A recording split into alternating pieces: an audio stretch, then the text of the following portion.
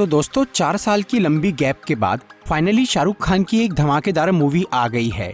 रोहित शेट्टी के cop universe के बाद बॉलीवुड में अब यशराज फिल्म्स का स्पाई यूनिवर्स भी बन चुका है, जिसकी लेटेस्ट मूवी है पठान। पेट्रियोटिज्म और एक्शन थ्रिलर से मिली जुली ये फिल्म न सिर्फ एंटरटेनमेंट से भरपूर है, बल्कि इसकी स्टोरी भी काफी बढ़िया है। अगर आप इस मूवी को अच्छी तरह समझना चाहते हैं तो ये वीडियो देखते रहिए। आज मैं पठान फिल्म को शॉर्ट में एक्सप्लेन करूंगा, तो आइए देखते हैं।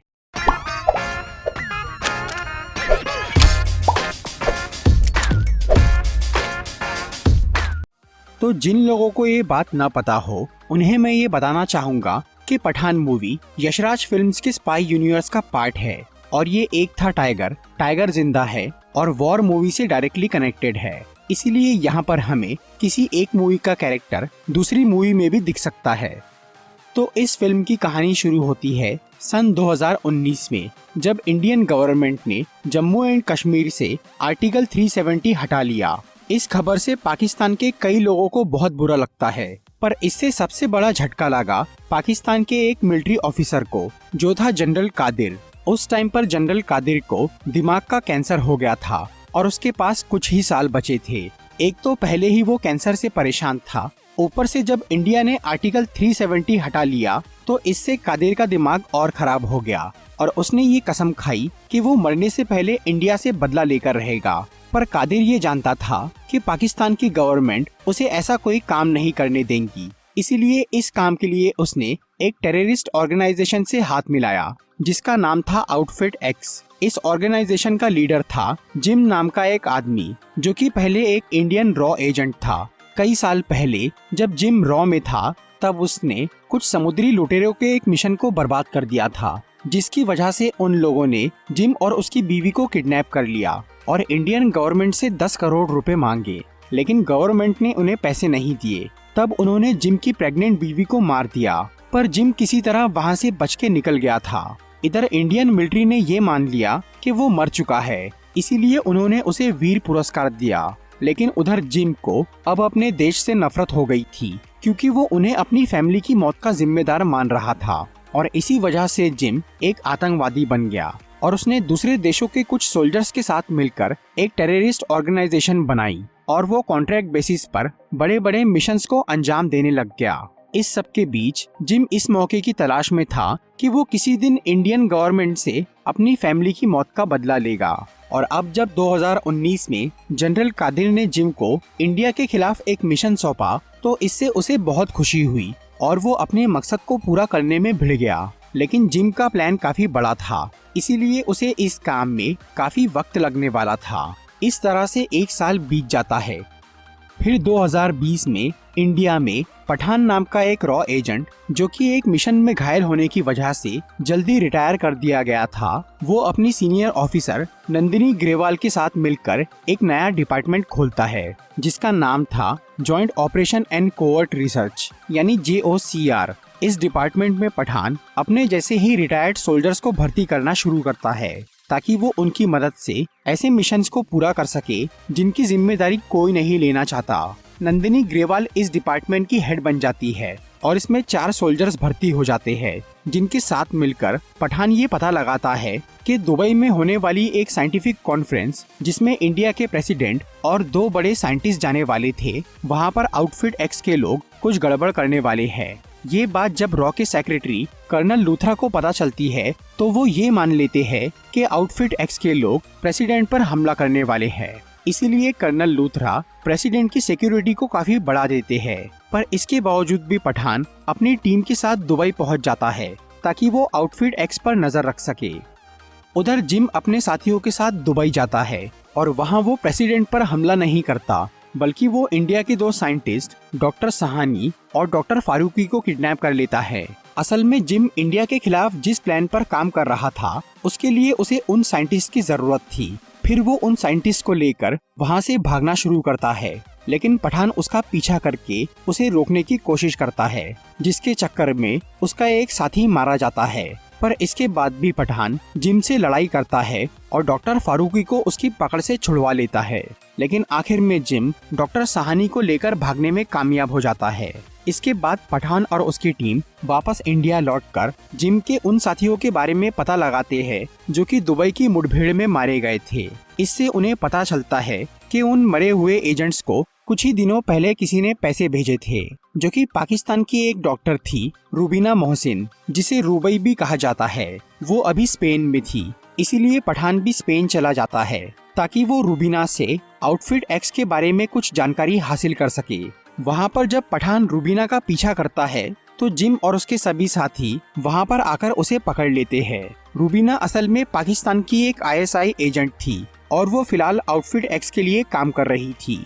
जिम और रुबीना ने मिलकर एक ऐसा जाल बिछाया था कि जिससे पठान स्पेन पहुँच जाए, क्योंकि जिम इंडिया के खिलाफ जो प्लानिंग कर रहा था उसके लिए उन्हें एक खास चीज की जरूरत थी, जिसे हासिल करने में सिर्फ पठान ही उनकी मदद कर सकता था। फिर जिम पठान को अपनी टीम में शामिल होने का ऑफर देता है, लेकिन वो इसके लिए मना कर देता है। तब जिम अपने साथियों को पठान को मारने का ऑर्डर देकर वहाँ से चला जाता है, लेकिन उसके जाते ही रुबीना आउटफिट एक्स के लोगों के खिलाफ हो जाती है और वो पठान को बचाकर उसके साथ वहाँ से भाग जाती है। असल में जिम पहले से ही ये जानता था कि पठान सीधे सीधे उसकी मदद नहीं करेगा, इसीलिए उसने रुबीना को उसके साथ दोस्ती का नाटक करने के लिए बोला था। फिर वहाँ से निकलने के बाद रुबीना पठान को ये बोलती है कि जिम रक्त बीज नाम की किसी चीज को हासिल करना चाह रहा है, जो कि रशिया के मॉस्को शहर में है, और वो उस रक्त बीज का कुछ गलत इस्तेमाल करना चाहता है।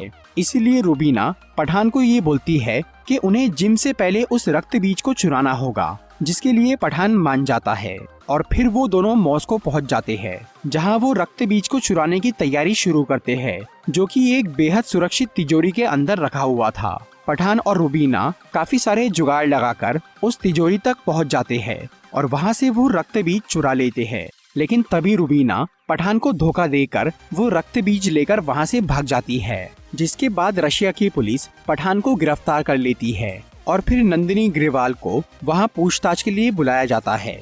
नंदिनी रशिया के साथ इंडिया के रिश्ते बिगाड़ना नहीं चाह रही थी, इसीलिए वो पुलिस को पठान को मारने के लिए बोल देती है, लेकिन वो पठान को इशारों में ये समझाती है कि उसकी मदद करने के लिए कोई आने वाला है, इसीलिए वो बेफिक्र रहे। फिर पठान को एक ट्रेन से दूसरी जेल में ले जाया जाता है, लेकिन वो लोग उसे उस ट्रेन में ही मारने वाले थे। फिर वहाँ मौजूद सभी पुलिस वाले और कैदी पठान को मारने की कोशिश करते हैं, लेकिन तभी वहाँ पर अविनाश सिंह राठौड़ यानी टाइगर आ जाता है, जो कि पठान के साथ मिलकर उन सबको खत्म कर देता है। इसके बाद टाइगर एक दूसरे मिशन पर निकल जाता है और पठान रशिया में ही कहीं छुप जाता है और वो तब तक वहीं रहने का फैसला करता है जब तक उसे जिम, रुबीना या रक्त बीज के बारे में सब कुछ पता ना चल जाए। इस तरह से 2 साल बीत जाते हैं। फिर 2022 में पठान को ये पता चलता है कि जिम का खास आदमी राफे अफ्रीका में एक मिसाइल खरीदने गया है, इसीलिए पठान वहां जाकर राफे को पकड़ लेता है और उसे रशिया लेकर आ जाता है। फिर वो उससे पूछताछ करता है, पर राफे को ये नहीं पता था कि जिम कहाँ है और वो उस मिसाइल का क्या करने वाला है। इसी दौरान इंडिया में नंदिनी को एक CCTV फुटेज से ये पता चलता है कि रुबीना फ्रांस के शहर पेरिस में है, इसीलिए वो रशिया जाकर पठान को ये खबर देती है और तब पठान पेरिस जाकर रुबीना से मिलता है। वो ये समझ गया था कि रुबीना जानबूझकर CCTV में आई है ताकि वो उससे मिल सके। फिर रुबीना उसे जिम का पूरा प्लान बताती है। रशिया से चुराया हुआ वो रक्त बीज असल में स्मॉल पॉक्स का वायरस था। हालांकि स्मॉल पॉक्स की वैक्सीन बहुत पहले ही बन गई थी और उस बीमारी का नामो निशान मिट चुका था, लेकिन जिम उस वायरस को म्यूटेट करके एक बेहद खतरनाक वायरस बना रहा था। इसीलिए उसने दुबई में डॉक्टर सहानी को किडनैप किया था और वो नया वायरस यानी असली रक्त बीज अब बनकर तैयार हो गया था, जो कि इतना खतरनाक था कि उससे कुछ ही देर में किसी की भी जान जा सकती थी। जिम उस वायरस को एक मिसाइल के जरिए इंडिया के किसी शहर पर छोड़ने वाला था। रुबीना को पहले ये पता नहीं था कि जिम क्या और क्यों कर रहा है। उसे ये बाद में पता चला कि जिम जनरल कादिर के कहने पर ये काम कर रहा है, जो कि खुद पाकिस्तान की गवर्नमेंट से छुपाकर ये सब कर रहा था और इस सब में जिम का अपना बदला भी शामिल था। ये जानने के बाद रुबीना काफी डर जाती है, क्योंकि उस वायरस से करोड़ों मासूम लोगों की जान जा सकती थी। इसीलिए वो पठान से मिलकर उसे सब कुछ बता देती है। इसके बाद रुबीना फ्रांस की एक खुफिया लैब में चली जाती है जहां डॉक्टर साहनी ने वो वायरस तैयार कर लिया था और उसे 2 ऑर्ब यानी 2 स्पेरिकल कंटेनर में रख दिया था। फिर जिम उन ऑर्ब्स को लेने के लिए वहां आता है, लेकिन तभी पठान भी अपनी टीम के साथ उस लैब में पहुंच जाता है और तब जिम ये समझ जाता है कि रूबीना ने उसे धोखा दिया है, इसीलिए वो उन ऑर्ब्स को लेकर वहां से भागने लगता है। फिर पठान और रूबीना जिम का पीछा करते हैं और कुछ देर की भाग दौड़ के बाद आखिर में एक ऑर्ब जिम को मिल जाता है और दूसरा पठान और रूबीना को, जिसे लेकर वो कर्नल लूथरा और नंदिनी के पास जाते हैं, जो कि उस ऑर्ब को टेस्टिंग के लिए रख लेते हैं और रूबीना को जिम का साथ देने की वजह से गिरफ्तार कर लिया जाता है।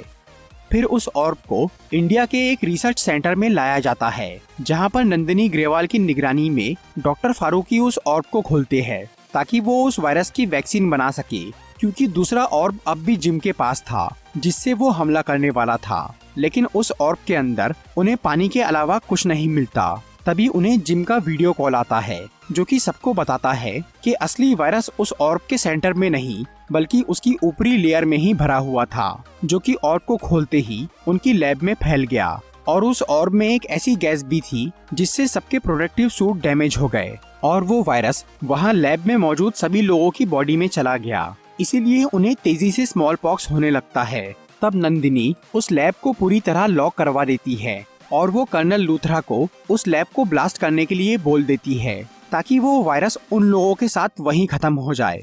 फिर उस लैब को ब्लास्ट कर दिया जाता है, जिसमें नंदिनी और डॉक्टर फारूकी के साथ कई लोग मारे जाते हैं। इसके बाद इंडियन गवर्नमेंट को जिम का वीडियो कॉल आता है, जिसमें वो बोलता है कि उन्हें 24 घंटे में कश्मीर से अपनी आर्मी हटानी होगी, नहीं तो वो अपने मिसाइल के जरिए रक्तबीज को इंडिया के किसी शहर पर छोड़ देगा। जिम और जनरल कादिर ये जानते थे कि इंडियन गवर्नमेंट कश्मीर नहीं देने वाली, इसीलिए उन्होंने वायरस को इंडिया पर छोड़ने की पूरी तैयारी कर ली थी। इधर जब पठान राफे से दोबारा पूछताछ करता है तो उसे पता चलता है कि जिम का वो मिसाइल अफगानिस्तान में है, इसीलिए वो रूबीना और अपनी टीम को लेकर अफगानिस्तान चला जाता है। वहाँ पर वो लोग एक जाल बिछाकर जिम के साथियों को बाहर निकलवाते हैं और वो उनके जरिए उस अड्डे पर पहुँच जाते हैं जहाँ वो मिसाइल रखा था। वहाँ पर जनरल कादिर और जिम उस मिसाइल को छोड़ने की तैयारी कर रहे थे, लेकिन पठान और उसके साथियों के आते ही वहाँ पर लड़ाई चालू हो जाती है, जिसमें कादिर रूबीना के हाथों मारा जाता है और फिर जिम एक जेट पैक लेकर वहाँ से भागने लगता है। इसीलिए पठान भी एक जेट पैक से उसका पीछा करता है और वो दोनों लड़ते लड़ते एक पहाड़ी पर बने कैबिन में पहुँच जाते हैं। उधर जब रूबीना उस मिसाइल को खोलकर देखती है तो उसमें रक्त बीज नहीं था, वो मिसाइल बस ध्यान भटकाने के लिए था। तब रूबीना को जिम के एक साथी से पता चलता है कि वो वायरस का ऑर्ब दिल्ली जाने वाले एक प्लेन में रखा है और उस ऑर्ब में कुछ देर बाद का टाइमर सेट है, जिसे रोकने का रिमोट जिम के पास है। दूसरी तरफ जब कर्नल लूथरा को ये पता चलता है कि रक्त बीज एक प्लेन में रखा है तो वो उस प्लेन को तबाह करने का फैसला करते हैं ताकि वो वायरस जमीन तक न पहुंच सके, और वो उस प्लेन के पीछे एक मिसाइल भेज देते हैं। लेकिन उस प्लेन में बहुत सारे पैसेंजर्स थे जिनकी जान दांव पर लग गई थी, इसीलिए पठान उन पैसेंजर्स को बचाने के लिए जिम से लड़ाई करता है और वो उसे रिमोट छीन लेता है, जिससे वायरस का टाइमर रुक जाता है। और तब कर्नल लूथरा उस मिसाइल को प्लेन तक पहुंचने से पहले ही ब्लास्ट कर देते हैं, जिससे सबकी जान बच जाती है। इसीलिए अब पठान जिम पर आखिरी वार करके उसे पहाड़ी से नीचे फेंक देता है। इसके बाद कर्नल लूथरा पठान को वापस रॉ में शामिल करके उसे JOCR का नया हेड बना देते हैं और फिर वो उसे एक फाइल देते हैं जिसमें ऐसे सोल्जर्स की लिस्ट थी जो कि समय से पहले रिटायर कर दिए गए थे, ताकि पठान उन्हें JOCR में भर्ती करके एक पावरफुल टीम बना सके और देश को बड़े खतरों से बचा सके। मूवी के मिड क्रेडिट सीन में हमें टाइगर और पठान नजर आते हैं। वो दोनों अपने काम से रिटायर होने की बात कर रहे थे क्योंकि अब उनकी उम्र हो गई थी, पर उन्हें कोई भी अपनी जगह लेने लायक नहीं लगता। इसीलिए वो ये फैसला करते हैं कि उन्हें खुद ही वो काम करना होगा और वो किसी पर ये जिम्मेदारी नहीं छोड़ सकते। तो दोस्तों, ये थी पठान मूवी की एक्सप्लेनेशन वीडियो। अगर आपको ये वीडियो अच्छी लगी हो तो इसे लाइक और शेयर जरूर करिए, और ऐसी इंटरेस्टिंग वीडियोस देखने के लिए सब्सक्राइब कीजिए हमारा चैनल और इस बेल को दबाइए ताकि आपको हमारी वीडियोस सही टाइम पर मिल सके। Walking alone, the streets are empty. The only thing I can see is my own silhouette. I'm getting stronger, step by step. The clock is ticking, but there's no time for me.